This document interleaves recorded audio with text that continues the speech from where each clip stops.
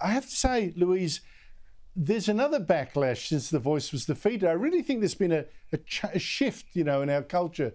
Now, a council in Adelaide has reversed its decision to ban citizenship ceremonies on Australia Day, which is a very woke thing to do for a while. Councillors are saying they still think the day is too divisive, but they polled ratepayers and found those that responded most were actually all for celebrating the day with citizenship ceremonies. What does that tell you?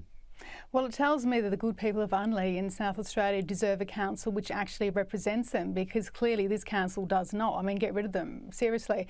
60% of those polled said they were quite happy for the citizenship ceremonies to remain on January 26th. So why did they create this chaos? Why did they create this issue within the good city of Unley? I mean, clearly there was no appetite for it from the residents themselves. It was the councillors who thought, oh, we better be careful, we better not offend anyone. But it just created a crisis out of nothing. And what a waste of money and a complete own goal by that council. Well, I have to say some of the councillors voted against the ban last year and are celebrating now. And credit to the councillors that changed their mind, thinking it's not me that counts, it's what the ratepayers think. But I have to say, Liz, here's like the voice in small, how everyone of that particular class of people that were pushing it thought, everyone agrees with us. All the business folks, all the sporting elites, they all agree with us. It took a vote to actually tell them, hey, you're living in a bubble. Here again with this council. And over 60% of their constituents said no, keep it on Australia 26. It's a hard pill for the activists to swallow, Andrew, that Australia Day will actually always be the 26th, because you can't change a birthday. It is the birth date of modern Australia. So even if technically you don't celebrate it on that day, it will always be Australia Day. Big props to Councillor Rebecca, what's her last name? Rogers, for getting this up. It actually only got up by 2 votes.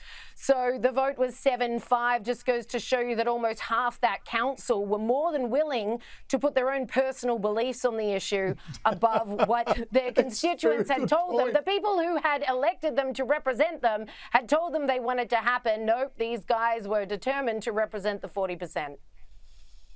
Take a note of the names. Very quickly, Louise, a troubling report in Australia Today. Dozens of doctors, specialists, child mental health practitioners signed an open letter saying they have serious professional concerns about a document commissioned by New South Wales Health that'll go to working out clinical guidance for youth transgender services. These experts say it's making false and misleading claims, for instance, that puberty blockers are safe, effective and reversible. I wonder whether we need really an inquiry now after so much damaging evidence overseas about transgender services.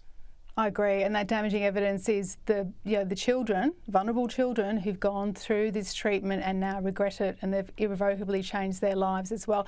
We do need a proper inquiry into this. I mean, any parent who's considering this or worried about this at all, it's a massive issue and it's irreversible issue, and I do feel it's been swept under the carpet, that people don't want to ask the hard questions about it for fear of being labelled transphobic or labelled old-fashioned or whatever. Exactly correct, Louise. Exactly correct. Louise Roberts, Liz Thorah, thank you both for your time.